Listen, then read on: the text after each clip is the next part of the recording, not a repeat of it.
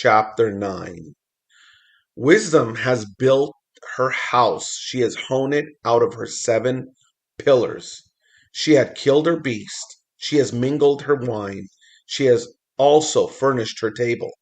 She has sent forth her maidens. She cries upon the high places of this city. Whoso is simple, let him turn in hither. As for him that wants understanding, she says to him, come and eat of my bread and drink of the wine which I have mingled.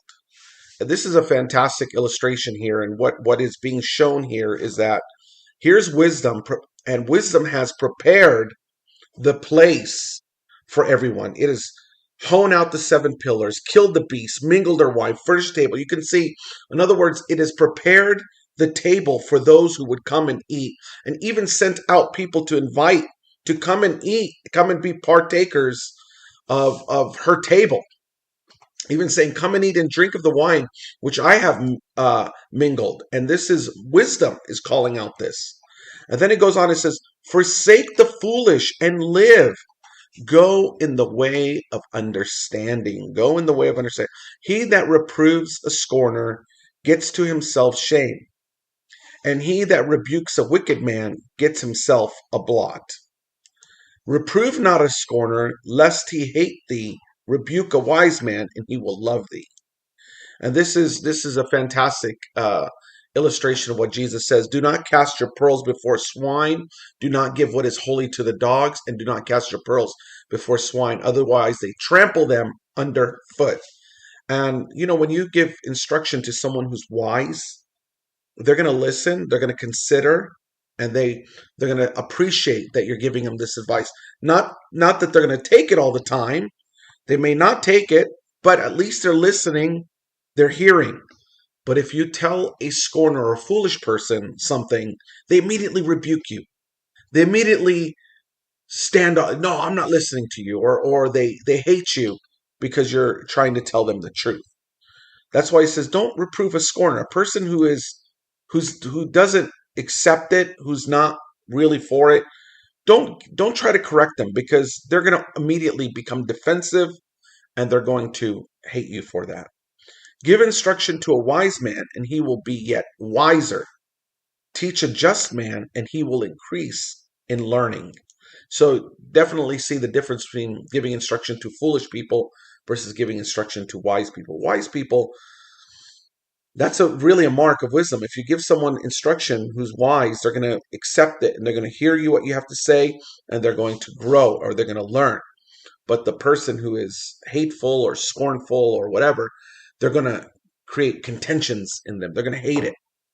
The fear of the Lord is the beginning of wisdom, and the knowledge of holy is understanding.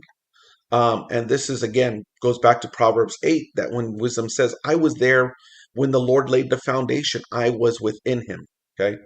For by me thy days shall be multiplied. This is by wisdom, and the years of thy life will be increased. If thou be wise, thou shalt be wise for thyself. But if thou scornest, thou alone shall bear it. And wisdom really repays itself, right? If you're wise, you're going to be wise for yourself. You're going to grow. But if you scorn, if you're a person who's a scorner, I'm going to give that word. But if thou scornest, here we go. The Hebrew word for that, make mouth, that is scoff, to interpret or intercede. If you are, and this is, to make mouth means to be what do you call it? A back talker or a mocker. Oh man, they're back talking. They're that way.